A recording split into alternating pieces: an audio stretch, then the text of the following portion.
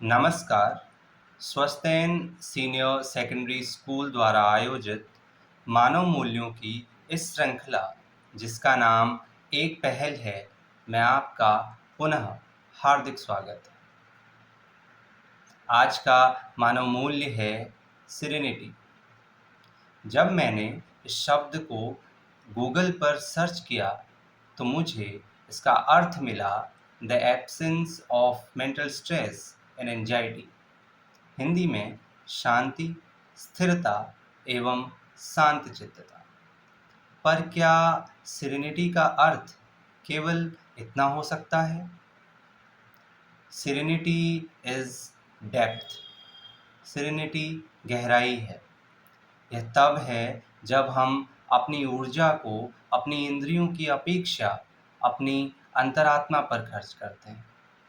यह तब है जब हम बाह्य कानों से सुनना बंद कर देते हैं तथा आंतरिक कानों से सुनना शुरू करते हैं। सेरेनिटी तब है जब हम अपनी आँखों से देखना बंद कर देते हैं तथा हृदय की आँखों से देखना शुरू करते हैं। यह तब है जब हमारा संप्रेषण, हमारा कम्युनिकेशन हमारे शब्दों के द्वारा नहीं बल्कि हमारे भावों के द्वारा होता है।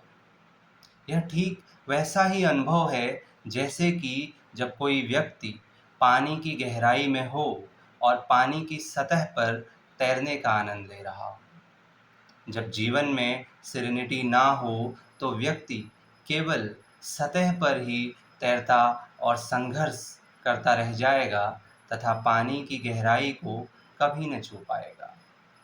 आइए इसे एक कहानी के द्वारा समझते हैं।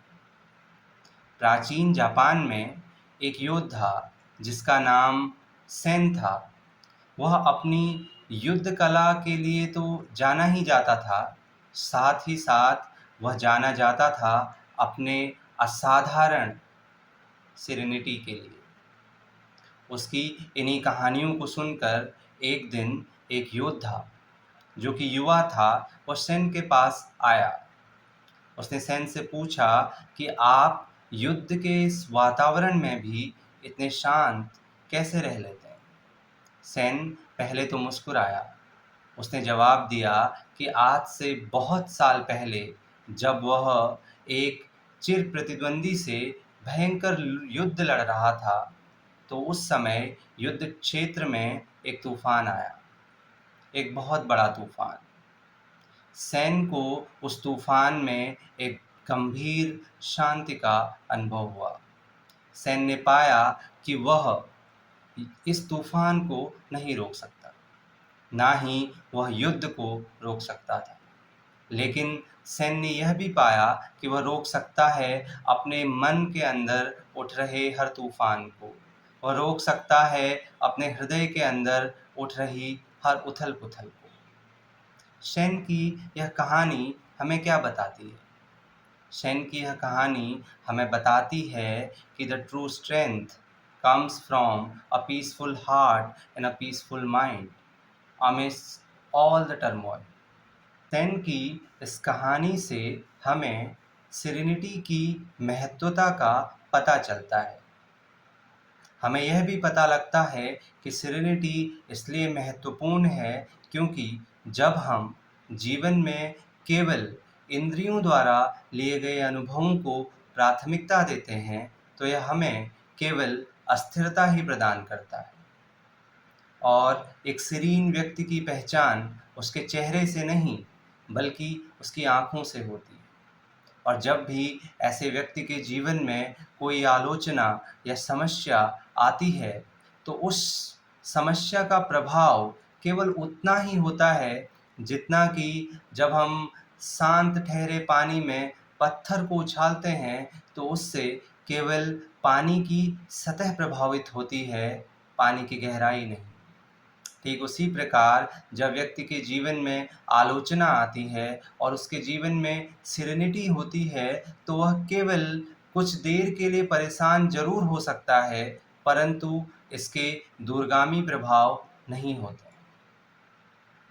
हम जीवन में सेरेनिटी को कैसे प्रैक्टिस कर सकते हैं? आइए इसको एक कहानी के द्वारा समझते हैं। यह कहानी है माया की। माया एक सफल एंटरप्रेन्योर हैं और आज के दौर में जहां हमारा दिन नोटिफिकेशंस के शोर के साथ शुरू होता है तथा स्क्रीन के सामने ही पूरा का पूरा दिन निकल जाता है, माया का दिन भी ईमेल्स, सोशल मीडिया अपडेट्स और मीटिंग्स में ही बीत जाया करता था। माया अपने जीवन की भागदौड़ से परेशान हो चुकी थी। माया एक दिन एक निर्णय लेती है कि वह करेंगी कंप्लीट डिजिटल डिटॉक्स, जिसका मतलब था कि माया पहाड़ों की तरफ जाएगी जहां न इंटरनेट होगा न ही मोबाइल फोन। पहले तो माया को घबराहट हुई। She felt as if she had lost a part of her life. But धीरे धीरे माया ने पाया कि वह कर पा रही हैं अपने आप को प्रकृति के साथ कनेक्ट।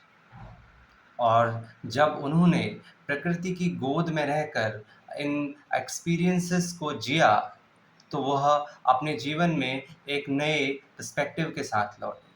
माया ने वहाँ पर बुक्स रीडिंग की और हाइकिंग की। माया का यह अनुभव जो उसे प्रकृति की गोद में जाकर प्राप्त हुआ ट्रांसफॉर्मेटिव था। Maya discovered that the serenity wasn't in the constant stream of information, but in the quiet moments of reflection and presence, in the quiet moments of a peaceful heart and a peaceful mind. माया की यह कहानी हमें क्या बताती है? माया की यह कहानी हमें बताती है कि to achieve serenity we need to practice it. Serenity को प्रैक्टिस करने के अलग अलग रास्ते हो सकते हैं। हमें खोजना होगा अपना रास्ता जिससे कि हम प्राप्त कर सकते हैं अपने जीवन में सेरेनिटी को। कुछ और रास्ते सेरेनिटी को प्राप्त करने के हो सकते हैं, जैसे कि we should be kind and grateful. हम दयालु बने और हम आभारी रहें उन सभी चीज़ों के लिए जो हमें प्रकृति के द्वारा या दूसरे मनुष्यों के द्वारा प्रदत्त हैं। दयालु बनने के संदर्भ में हम केवल दया मनुष्यों को ही ना दिखाएं, बल्कि हम दयालु बने पशु पक्षियों के लिए तथा इस जगत में रहने वाले सभी प्राणियों पर।